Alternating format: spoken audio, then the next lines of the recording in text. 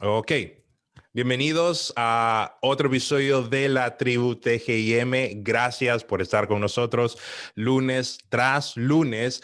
El día de hoy tenemos a un invitado muy especial desde España.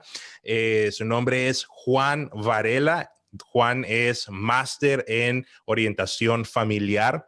Es el director del Instituto de Formación Familiar en España. Durante la conversación nos va a hablar un poquito de todo lo que él hace, pero además de eso es conferencista internacional, específicamente en temas de familia, y es autor de varios libros. Entonces, es un honor para nosotros con Carlos tener a el señor Juan Varela desde España. Así que bienvenido, Juan, gracias por estar con nosotros aquí en la tribu. Bienvenido a la tribu.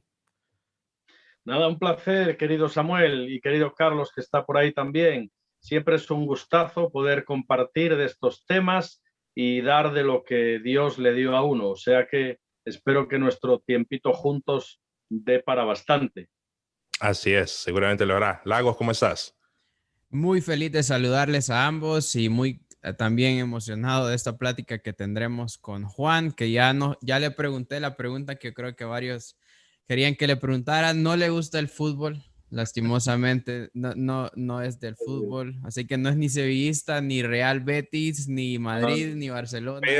Pero nos contó que el único partido que él ha ido en su vida fue ver el Real Madrid en el Santiago Bernabéu. Así que, ¿verdad? Eso es verdad. O sea que si tuviera que definirme por algún equipo, creo que lo haría por el Real Madrid. Entre Muy otras bien. cosas, porque la palabra de Dios, la Biblia, dice que al cielo solo se podrá entrar con vestiduras blancas, ¿no? Por lo tanto, en fin.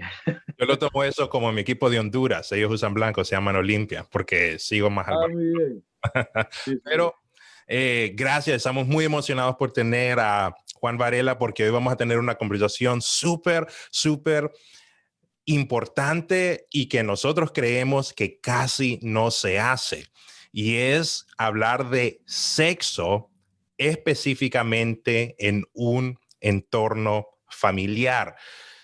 Queramos o no queramos, nuestro ambiente el día de hoy, nuestra familia específicamente, por todos lados somos bombardeados de sexo. Hace poco pasaron los premios Grammy y hubo un show de una de las cantantes que se llama Cardi B, que salió prácticamente haciendo un striptease, ¿verdad? Con otra cantante y en horario para que lo viera toda la familia. Entonces, la familia está expuesta y nosotros creemos que la familia es un buen lugar para que se hablen de temas que se consideran tabús. Creemos que es un lugar seguro para hablar de esos temas. Para eso tenemos a Juan Varela el día de hoy para que nos ayude a navegar ese tema de mejor forma. Y me gustaría empezar con esa pregunta, don Juan. ¿Por qué el sexo se habla por todos lados? ¿Por qué es un tema tan común y por qué la familia es susceptible a este tema? Bueno, tendríamos que empezar por el principio, Samuel. Vivimos en una sociedad hipersexualizada. El sexo vende, no nos vamos a engañar, junto con el negocio de las armas y de la droga. Son probablemente los tres negocios más lucrativos en el mundo. El sexo vende y vende porque tiene un enorme poder de atracción, ¿no? Y vende, lamentablemente, porque lo hemos degradado y lo hemos convertido en un bien de consumo altamente excitante, ¿no? Tendríamos que remontarnos a la posmodernidad, que por cierto ya murió. La posmodernidad nace en los años 80, heredera de la revolución sexual, con aquellos refranes y aquellos eslogans de haz el amor y no la guerra, el sexo libre, el sexo no tiene ataduras, no tiene restricciones. Ahí comenzó a resquebrajarse la idea que unía sexualidad con fidelidad y con compromiso matrimonial. Digamos que ahí el sexo empezó a navegar por libre y empezó a pervertirse, porque cuando las cuestiones que tienen que ver con la naturaleza humana y aún con la creación se desvirtúan de su diseño original, ese orden se convierte en un caos. Y la sexualidad comenzó a convertirse en un caos, en libertinaje, en un asunto puramente de consumo egoísta Y entonces, lamentablemente, hoy cualquier cosa que se quiera vender, no hay más que poner una chica bonita, con buenas medidas, como tú nos comentabas antes, con la menor ropa posible o sin ella, y entonces se vende cualquier cosa vendible. También, entre otras cosas, porque a los hombres mayormente y principalmente la excitación sexual nos viene por los ojos, nos viene por la vista. Por lo tanto, el hombre es altamente seducido por lo que ve, por los ojos. Y evidentemente, la industria capitalista del sexo y del consumo sabe todo esto y pornografiza cualquier situación para que se venda bien y para además generar unos ingresos bueno, absolutamente desproporcionados, ¿no? Ujú, Esa ujú, sería la línea un poco, ¿no? Podríamos ujú, profundizar sí, mucho más en la cultura de la revolución sexual y demás, pero tampoco es el momento. sí. ¿Y por qué una familia, verdad, debería poner atención a a esa cosa que está pasando en en la cultura? Porque una familia debería de poner atención y ponerle cuidado. O sea, ¿cuál ha sido el efecto de ese movimiento en las familias? Bueno, fíjate que eh, la familia es el primer marco de relaciones del ser humano. Sí. Es decir, en la familia aprendemos las claves para interpretar la realidad. En la familia somos educados conforme al modelo ético que después vamos a reproducir cuando seamos adultos, ¿no? Ujú, Tenemos que tener en cuenta además que entre 0 meses y 12 años, entre los 0 y los 12 años, es cuando el barro de la personalidad de un niño está más moldeable y más impresionable. ujú, Por tanto, esos son los años estrictamente necesarios para que la familia, los padres, inculquen en sus hijos los valores, las normas y la ética que luego van a predominar en ellos cuando sean adultos. Eso lo sabe también la industria del sexo. Eso lo sabe también toda la maquinaria que va a intentar colonizar, y esta es la palabra, colonizar ideológica y visualmente a nuestros hijos. Recuerdo una mamá en Colombia con un hijo adicto a la pornografía y la mamá nos decía, pero si es un buen chico, no hace mal a nadie, no sale por la noche, se la pasa en casa encerrado en internet. Digo, señora, ahí está el problema, porque hoy los jovencitos en internet lo tienen todo, lo bueno y lo malo, lo tienen todo. Entonces, mucho de ello tiene que ver con toda esta problemática y los padres no pueden permitir que una sociedad hipersexualizada les gane la partida en la educación de los hijos, ¿no? Fíjate un dato que seguramente ya sabréis, la edad de consumo de pornografía ahora mismo está en 8 años. Eso es tremendo, eso es lamentable. Estados Unidos es el primer país del mundo en consumo de pornografía. ujú. España es el segundo país del mundo en Wow. consumo de pornografía, ¿no? Eso es tremendo. Entonces, esto es una droga, es la droga del siglo XXI. Es la más barata, todo el mundo tiene internet y es la que está causando más estragos. Por lo tanto, la familia debería de ser un dique moral y los padres tienen que ser muy conscientes de que los niños no pueden ser educados por ideologías falsas ni pueden ser educados incluso en el colegio. Las raíces de una buena educación y aún de la fe se adquieren en el hogar. Por eso los padres tienen hoy una especialísima importancia en la educación de los hijos, sin duda alguna. Yo me acuerdo cuando mi papá tuvo esa plática conmigo, no sé si Samuel se acuerda cuando el papá de él tuvo esa plática con él, me imagino que sí, porque es una plática que a uno lo marca, ¿verdad? Hay un antes y un después de esa plática. Y ahorita usted menciona que a partir de los 8 años, más o menos, los niños son atacados con este tipo de ideologías y esta hipersexualidad, como usted dice, en las caricaturas, en todos lados está. Sí, Entonces, mi pregunta es, ¿cuál debería de ser la edad que se tiene que hablar con un niño acerca de eso? ¿O simplemente sí. simplemente no existe edad, sino que todo el momento se tendría que hablar de eso? No sé. Sí. Tal Sí, vez. Bueno, edad o hay una etapa o algo así.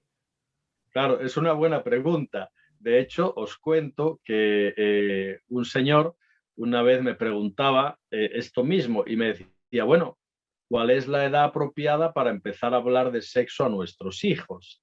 Y entonces yo le contestaba, yo le decía, mire, es una buena pregunta, pero está mal formulada. No hay una edad en la que usted deba de empezar a hablarle de sexo a sus hijos, por una razón muy sencilla.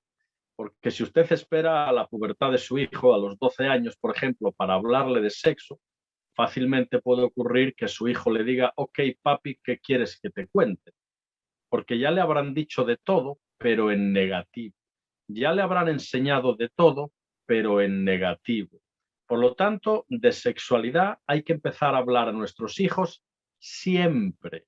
No hay un momento. Cuando un niño es bien chiquitito, tendremos que hablar al nivel de su comprensión, pero a los niños hay que normalizarles desde el principio que papá, esa cosita que tiene papá, se llama pene y lo que tiene mamá se llama vagina. Y hay que hablarles de que papá pone la semillita en la barriguita de mamá y de ahí salen los niños. Hay que explicarles la biología de la forma más elemental y natural posible. De esta manera, los niños crecen normalizando que la sexualidad es normal. Por ejemplo, yo paseaba con mi hijo, tendría Noel, nuestro hijo en aquel entonces, no sé, era pequeño, unos 9 o 10 años, paseábamos por un parque y de pronto había allí dos perros copulando.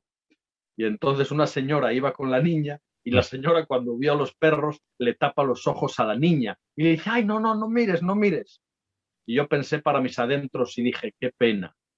¿Qué mensaje le está dando la señora a la niña? Bueno, lo que tiene que ver con relación sexual es algo negativo, algo que no hay que mirar. Yo hice lo contrario. Yo aproveché aquel momento para explicarle, mira hijo, ¿ves esos perritos? Así los perritos tienen perritas, porque hay un perrito macho, un perrito hembra, y le expliqué brevemente apuntes de biología en lo más elemental de su comprensión. Y luego les vamos ampliando información. ¿Qué conseguimos con esto? Conseguimos que nuestros hijos normalicen el hablar de sexo en el hogar sin ningún tipo de pudor. Eso favorece y facilita que cuando en la escuela les digan otras cosas, ellos van a tener la confianza necesaria para llegar y decir, papá, que me están diciendo en la escuela esto de la sexualidad o que hay que masturbarse o cosas de ese tipo. Si yo no tengo una confianza previa, si no he normalizado el asunto de la sexualidad, va a ser que mi hijo acuda a mí para preguntarme alguna duda que tenga, ¿no? Por lo tanto, a nuestros hijos hay que hablarles de sexualidad siempre y en todo momento, e ir ampliándoles información en la medida que su comprensión también con la edad se va agrandando, ¿verdad?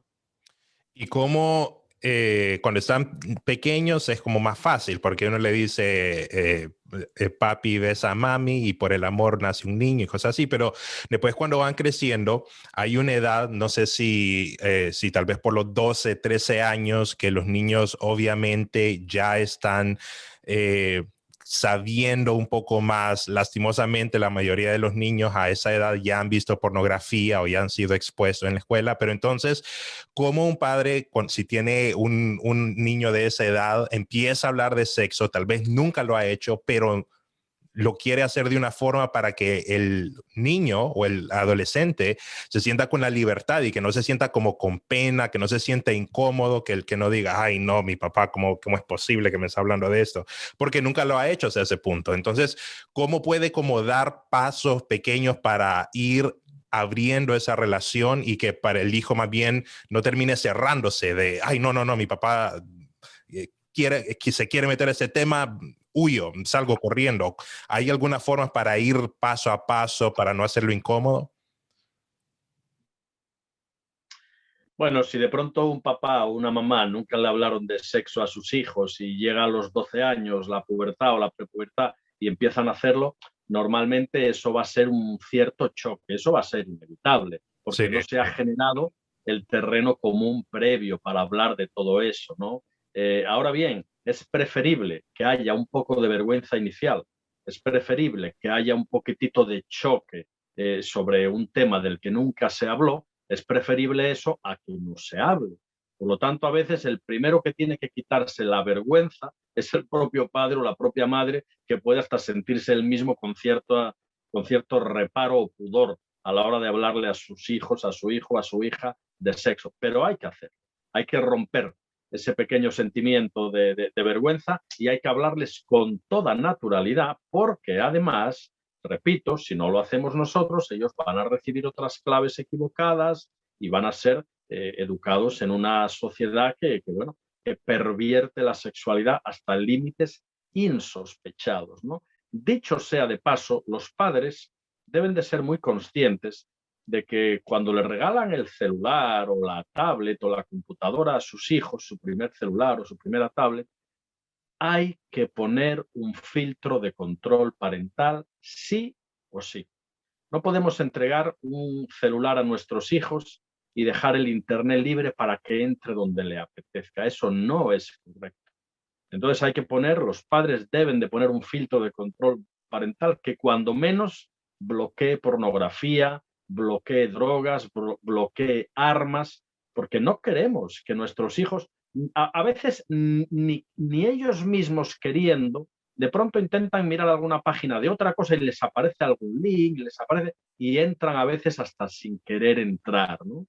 Por lo tanto, hay que poner frenos y límites en todos estos temas del uso de las redes sociales dentro del hogar. Gracias a Dios que yo fui instruido en una iglesia donde se nos enseñó bien, ¿verdad? Creo que ambos, a Samuel y a mí, se nos enseñó bien a guardarnos, Claro, a cuidarnos, ¿verdad? Y poder llegar al matrimonio y que y llegar vírgenes fuera nuestro regalo de bodas para nuestras esposas. sí, señor. Y me pongo a pensar, ¿verdad? En cómo la sociedad está hoy en día, que incluso ser virgen ya no es una característica de alguien que se siente orgulloso de eso, sino que más bien hasta a veces trae vergüenza, Es ¿verdad? correcto. Y poder decir eso de que me estoy cuidando para llegar bien al matrimonio, en serio la gente lo queda viendo raro, así como que, ¿qué? ¿Qué te pasa? O sea, uno no llega así. Vas a llegar sin experiencia, no vas a saber qué hacer. Sí, sí, sí. que, que, Eso que, es muy cierto. y ¿verdad? Hay varios amigos que nos están viendo, varios jóvenes que nos escuchan también en nuestro podcast. Y yo le pregunto a usted, ¿por qué es tan importante cuidarnos? ¿Por qué es tan importante que nosotros lleguemos vírgenes y nos cuidemos, ¿verdad? De una manera no solo sexual, sino también mental. Sí, bueno, en primer lugar vamos a romper un mito que la sociedad nos pretende vender y es el mito de que no podemos vivir sin sexo. Hay que dar rienda suelta porque es un instinto natural. Eso es falso. El sexo tiene una parte instintiva, evidentemente, pero podemos vivir sin sexo. El ser humano puede vivir sin sexo. Lo que no podemos vivir es sin relación, sin compañerismo, sin amistades. Y aquí quiero referirme a la Biblia, que es para nosotros el libro de máxima autoridad. Además, en un tiempo donde todo es pasajero, donde todo es volátil, donde todo es incierto, para los cristianos la Biblia sigue siendo un libro que no es antiguo, para nada, tampoco es moderno en realidad, porque simplemente es un libro eterno. Y ahí tiene verdades que son normativas para toda edad y para todo tiempo. Me refiero al punto de vista bíblico, pero luego lo haré desde el punto de vista biológico, para aquellos que nos escuchan y de pronto no tengan creencia en la palabra de Dios, ¿no? El sexo nace en Génesis, el libro de los orígenes, Génesis 2:18, que dice, no es bueno que el hombre esté solo, le haré ayuda idónea. Y Dios crea a la mujer, al diferente, a la diferente y por lo tanto a la complementaria, y ahí nace el género y ahí nace el sexo. Y ahí nace ya el propósito para suplir la soledad que tenía Adán. De manera que la sexualidad tiene un altísimo componente para suplir la soledad en el varón y en el ser humano.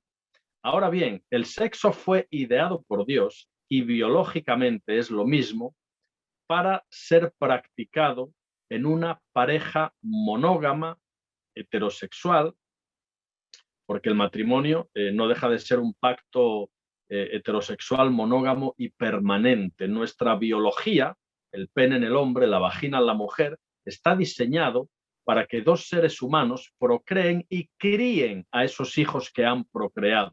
Entonces, no se puede tener sexo y luego sexo por un lado, sexo por otro, que una chica se quede embarazada de pronto. No, no. El sexo tiene un propósito de procreación, tiene otros propósitos, también de recreación, también de disfrute, pero siempre dentro del marco de un compromiso, porque el fin de la sexualidad es generar compañerismo. La sexualidad está diseñada por Dios y también biológicamente para ser practicada en un entorno de compromiso y de fidelidad dentro del pacto matrimonial.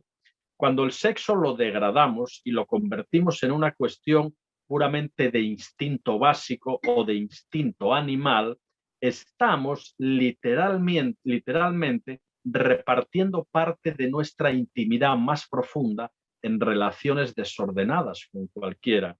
Y eso tiene implicaciones psicológicas. Cuando se produce un orgasmo, cuando el orgasmo se produce con aquella persona con la que tú tienes un compromiso, con tu pareja, con tu esposo o con tu esposa, el orgasmo es fabuloso. Es la mayor explosión hormonal que el cuerpo puede sentir. Uno se queda completamente vulnerable e indefenso en el orgasmo. Es como si estuviéramos entregando la parte más íntima de nosotros. Cuando eso ocurre en el seno del matrimonio, genera intimidad, genera cariño, genera ternura. Pero cuando ese orgasmo, es decir, la parte más privada e íntima de nosotros mismos, se desparrama sin control, con relaciones libres de compromiso y con la primera que me puedo encontrar por ahí, parte de nuestro interior, de nuestra identidad y de nuestra intimidad queda pegado a esa persona. Vamos dejando jirones de nuestra propia intimidad más profunda en relaciones fortuitas y en relaciones esporádicas, ¿no? Eso genera un sentimiento de inadecuación, eso provoca que después, cuando queremos mantener una relación estable, asumir una familia y demás, tengamos mayores problemas adicionales que aquellos que no practicaron sexo antes del matrimonio, y además provoca una conducta que puede llegar a ser adictiva. Y aquí me detengo solo un segundo porque es importante. El sexo, cuando se practica fuera del marco para el que Dios lo diseñó, es adictivo.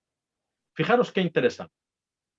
Satanás, que es el enemigo de nuestras almas, no tiene capacidad creativa ninguna. Satanás es un ser estéril, no puede crear nada, solo puede tergiversar lo que Dios ya creó. Y es lo que hace. La sexualidad Dios la creó y el enemigo se encarga de pervertirla.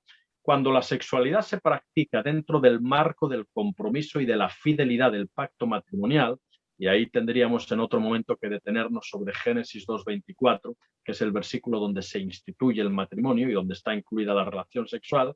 Cuando se produce dentro del matrimonio, repito, el sexo produce y provoca intimidad, relación.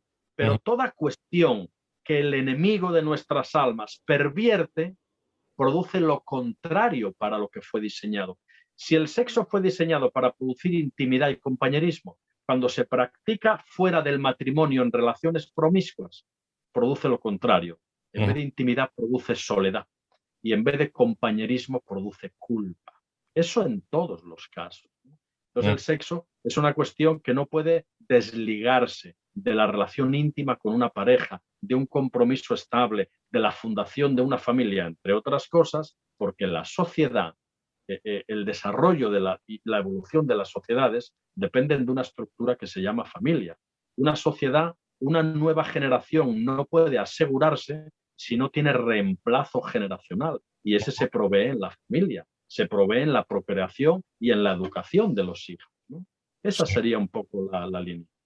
Y quisiera hacer una pregunta que tiene que ver con lo que tú estás hablando acerca de que el orgasmo produce intimidad con alguien más y te deja vulnerable. Entonces, ¿qué pasa en los matrimonios cuando generalmente el hombre, pero pueden ser los dos, se masturban?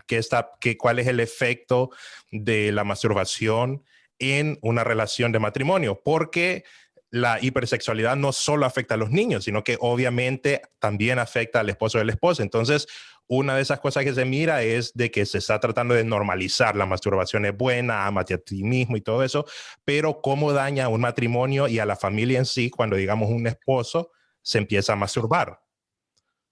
Bien, ahí hay que diferenciar dos aspectos, ¿no? Es lícito dentro de la relación matrimonial que el esposo estimule a la esposa y o viceversa. Manualmente, oralmente, nosotros creemos que el sexo oral dentro del marco del matrimonio, si no molesta a ninguno de los dos, es una práctica perfectamente aceptable. Por lo tanto, a veces hay personas que dicen, no, pero es que si mi esposa me masturba, digo, si tú tienes una relación sexual y tu esposa no te puede masturbar, porque la masturbación, la propia palabra masturbación, implica autoplacer solitario. Y en una relación con tu pareja, si ella, no podemos decir que tu esposa te masturbe a ti, porque no está masturbando, te está teniendo relación sexual contigo, lícita, porque la masturbación siempre tiene un componente egoísta y de soledad. Efectivamente, hay matrimonios que pueden caer en el error de pensar que la masturbación es una práctica lícita y entonces masturbarse. Y eso es completamente erróneo porque estamos privando a nuestra pareja de una sexualidad que debe de ser practicada dentro del marco del matrimonio.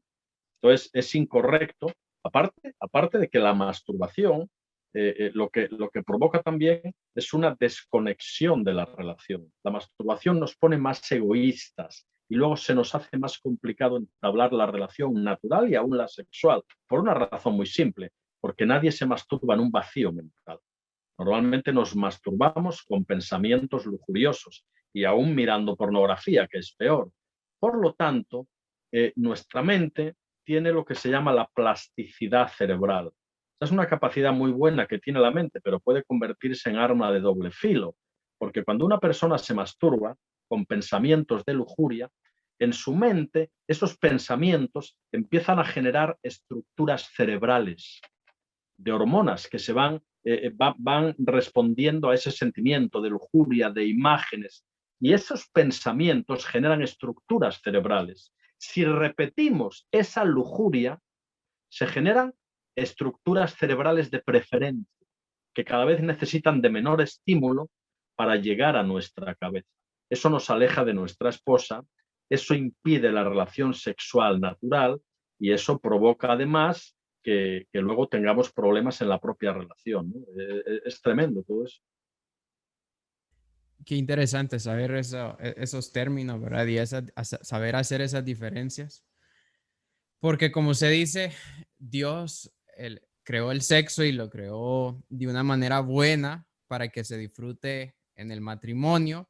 Y cuando se disfruta en el matrimonio, yo creo que el matrimonio es feliz y a la vez creo que sigue el mandato de Dios, porque Dios dice, procreen, ¿verdad? Procreen y Claro. llenen esta tierra.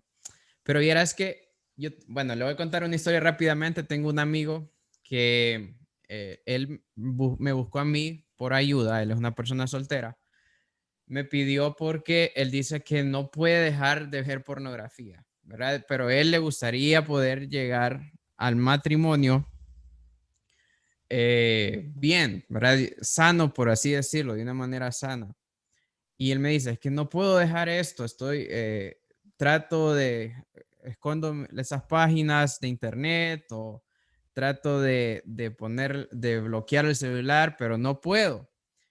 Entonces, yo creo que hay varias personas que están en ese momento así y una de las razones es porque en la cultura la pornografía es tan común que ahora no se necesita ir a un sitio web así como oscuro para ver pornografía. Se puede ver en cualquier película, se puede ver en cualquier caricatura a veces, lastimosamente. Yo creo que eso estimula la mente, Redes ¿verdad? sociales también. Así Claro. es, redes sociales. Fijaros que la pornografía, Carlos, en este caso, la pornografía cumple lo que se llaman las 3 As. Es decir, es accesible, asequible y anónima. Y esa es su gran peligrosidad. Accesible, todo el mundo tiene; asequible, todo el mundo puede acceder; y anónima, aparentemente nadie te ve y puedes estar en la privacidad, ¿no? Pues es un arma absolutamente peligrosa, ¿no?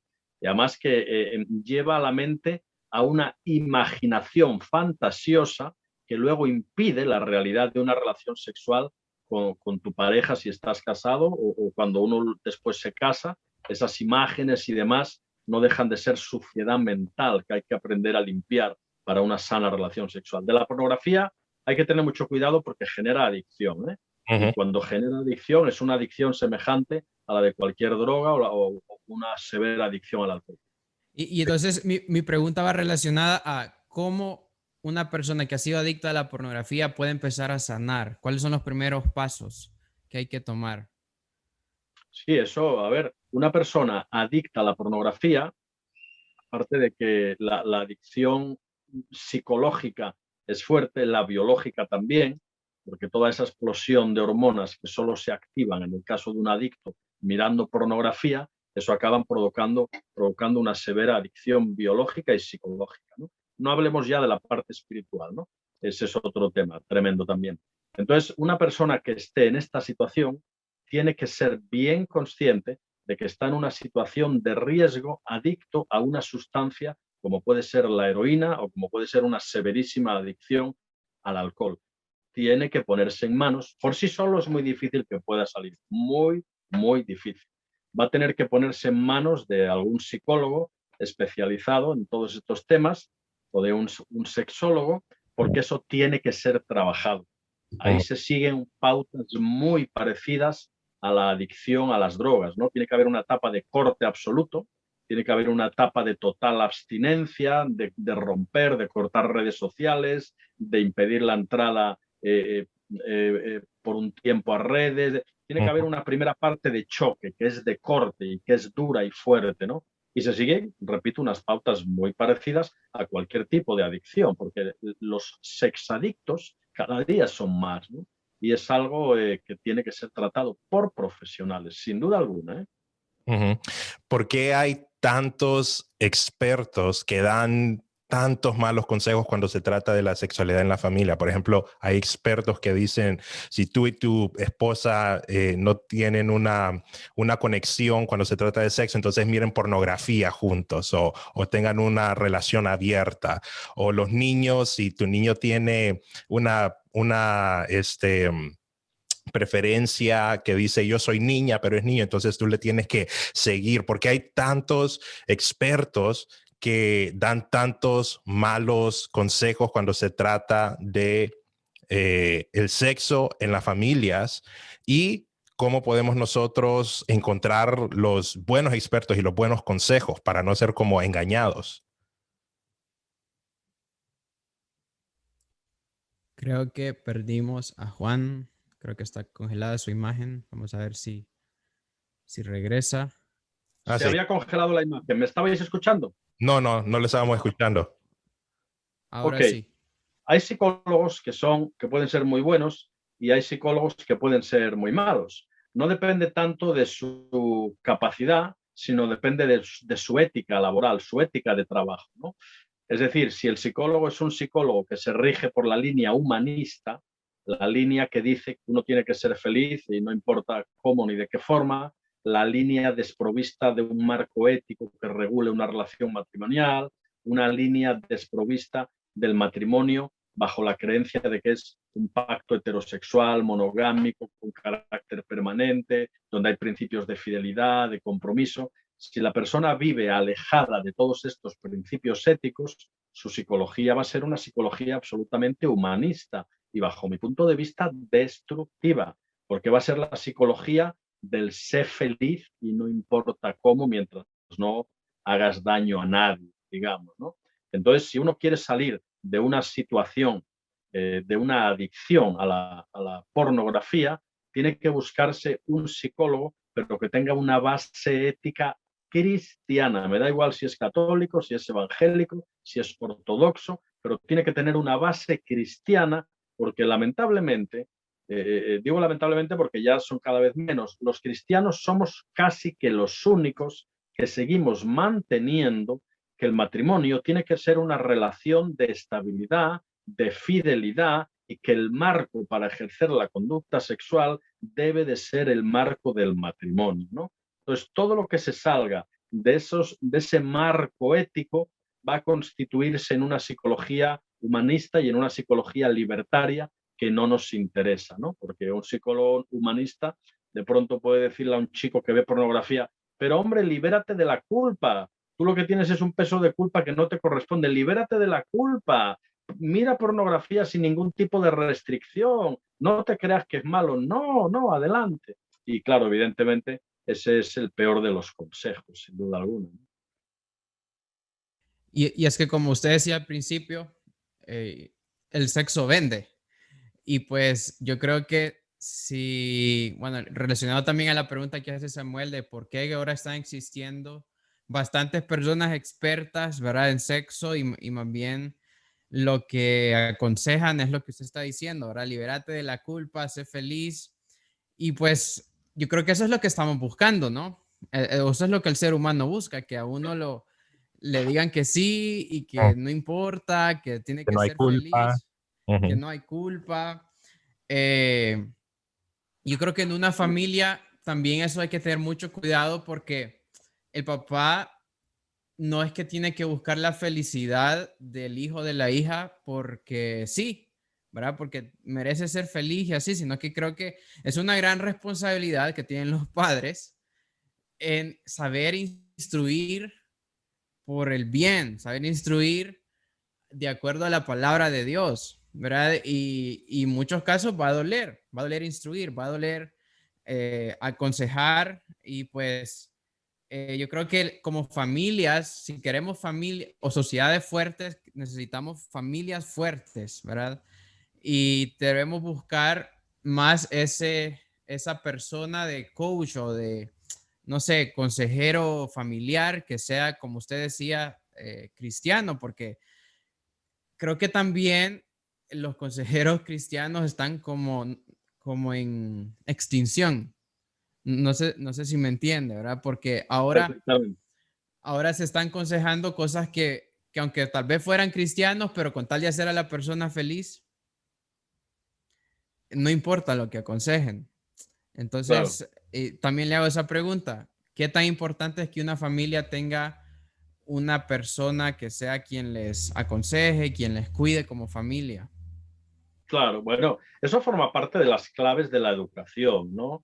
Es decir, los niños nacen completamente egoístas. Los niños nacen con una inclinación a hacer no precisamente lo bueno. Tú a un niño le pones unas hormiguitas en el suelo y te aseguro que no va a pasar 2 segundos antes de que las pise. No va a ir a cogerlas y a cuidarlas, o de pronto le marcas una raya en la arena y le dices, de esta raya en adelante no puedes pasar. Te das la vuelta y ya está intentando poner el pie en el otro lado, ¿no? Es decir, a los niños hay que educarlos y para eso se necesitan límites, se necesitan normas, se necesita una sana jerarquización, saber quién manda en casa y se necesitan muchos aspectos de los que la sociedad hoy llama aspectos represivos. A los niños no tenemos que prohibirles nada para no coartarles su personalidad. Eso es completamente falso. Los niños necesitan figuras de autoridad, necesitan un padre y una madre y necesitan que se les marquen límites, que se les pongan normas, porque si no, un niño hace lo que le apetece. Y los niños tienen que tener lo que nosotros llamamos tolerancia a la frustración. Imagínate que un niño de 4 años o de 5 añitos le toca merendar a las 3 de la tarde, pero a las 2 ya empieza a decirle a su mamá, mamá, dame la fruta o dámela ya la merienda. No, que no te toca hasta dentro de una hora. Dámela, que no, dámela, que no, dámela. Y como los niños tienen la capacidad de sacarnos de nuestras casillas, decimos en España, la mamá a lo mejor le va a dar la merienda mucho antes de que le toque. Mensaje que el niño aprende. Solo tengo que berrear el tiempo suficiente para acabar consiguiendo lo que quiero. Cuando ese niño crece y cuando ese niño se le prohíban determinadas cosas, no habrá tenido tolerancia a la frustración. le va a ser difícil asumir que no puede conseguir todo lo que desea. Y un niño tiene que crecer dándose cuenta de que ni con mucho todo lo que desea lo puede conseguir. Hay cosas que le apetecen, pero que no las puede conseguir y tiene que frustrarse y tendrá que llorar, pero así aprende límites, así aprende normas y así aprende disciplina. Y esas son claves que los padres tienen que ocuparse de dar a sus hijos, ¿no? Para que crezcan con normas, con límites, con una ética adecuada. Eso es lo que les va a capacitar para luego desenvolverse con éxito en una sociedad tan complicada, ¿verdad? Sí. Esa es la idea. Buenísimo. Vamos a ir aterrizando, pero puede que hayan padres y nos estén escuchando y estén pensando, ok, ¿verdad? Es cierto todo lo que están hablando, pero yo he cometido muchos errores, ¿verdad? Le he sido infiel a mi esposa, ¿verdad? Soy adicto a la pornografía, me estoy masturbando y yo no me siento capacitado para cuidar a mi familia en estas áreas. ¿Cómo usted, qué le diría a alguien que está pensando algo así? Bueno, depende del grado de involucración, ¿no? Si es una persona realmente que no puede controlar el impulso de mirar pornografía, de masturbarse, si está en ese grado extremo, tiene que reunir la valentía suficiente para ponerse en manos de un profesional cristiano o de un pastor formado en estos temas que le ayude y le aconseje. El error del siglo es mantener en secreto conductas a ese nivel, porque eso acaba pasando factura más tarde o más temprano. Si el caso es de una persona, un hombre casado que de pronto tiene deslices con la pornografía, con masturbación y demás, hay que decirle, yo le recomendaría que leyera algunos libros. Uno de ellos titulado El sexo, los hombres y Dios, de Douglas Weiss, un libro muy interesante. Uno de mis libros, que es escrito para varones, trabaja especialmente toda esta temática. Uno de mis libros se titula Tu identidad sí importa, ¿qué es ser hombre? Y ahí yo trabajo todo esto, ¿no? El problema con las personas que están trampeando o incursionando en pornografía, en masturbación y demás, es que si continúan en ese camino, pueden acabar destruyendo sus matrimonios, pueden acabar en una severa adicción y pueden acabar inconscientemente, y aunque no lo quieran, lo que es lamentable, traspasando a sus hijos esas mismas pautas pecaminosas. Y eso es tremendo, porque los padres que tienen problemas en este área no sabemos muy bien por qué, pero tiene que ver con la propia genética y con esas estructuras de pensamiento. Parte de esa tendencia puede incluso transmitirse genéticamente a sus hijos. Y uno no quiere ser culpable de que sus hijos pinchen en el mismo error en el que nosotros hemos caído. Y solo menciono el caso de David. Claro que David pecó con Betsabé, cometió adulterio con Betsabé. Recordemos lo que les pasó a la mayoría de sus hijos. Amnón, uno de sus hijos, viola a su hermanastra Tamar. Absalón, otro de sus hijos, se acuesta con todas las concubinas de su padre en el terrado de palacio. ¿Y qué no decir de Salomón, otro de sus hijos, que su corazón fue pervertido tras más de 900 mujeres? Cómo, de alguna forma, el pecado en el que cayó el padre de alguna forma también afectó a los hijos. Aquí habría mucho que hablar, pero es muy interesante esa transmisión hereditaria que a veces se puede producir, ¿no? Sí. Eso sería... Sí. Wow. Y qué importante eso que usted dice, ¿verdad? Que cómo un pecado se puede transmitir de generación a generación si no se corta, si no se actúa, si Sí. no se busca ayuda espiritual en ello. Sí. Y Eso pues es clave. es clave, creo yo, eso que usted dice. Como le digo, hay varios amigos que nos escuchan y yo sé que tal vez hablar de sexo todavía es un tabú para ellos. Todavía es algo que se habla, pero si se va a hablar es como tal vez en bromas, no se va a hablar en un ambiente sano. Claro. Entonces, yo nada más les diría a esos amigos que tal vez lo busquen su página, ¿verdad? Yo creo que usted, Claro. usted está abierto ¿verdad? A Claro. todas esas personas de 20 años que están ahí dudando o tienen ese tabú todavía en su mente. Yo digo que irían a su página porque, digamos, contactarla a usted fue tan fácil. No creíamos que iba a ser tan fácil y usted está abierto también, creo yo, a buscar esos jóvenes para que, hey, sean mejores personas.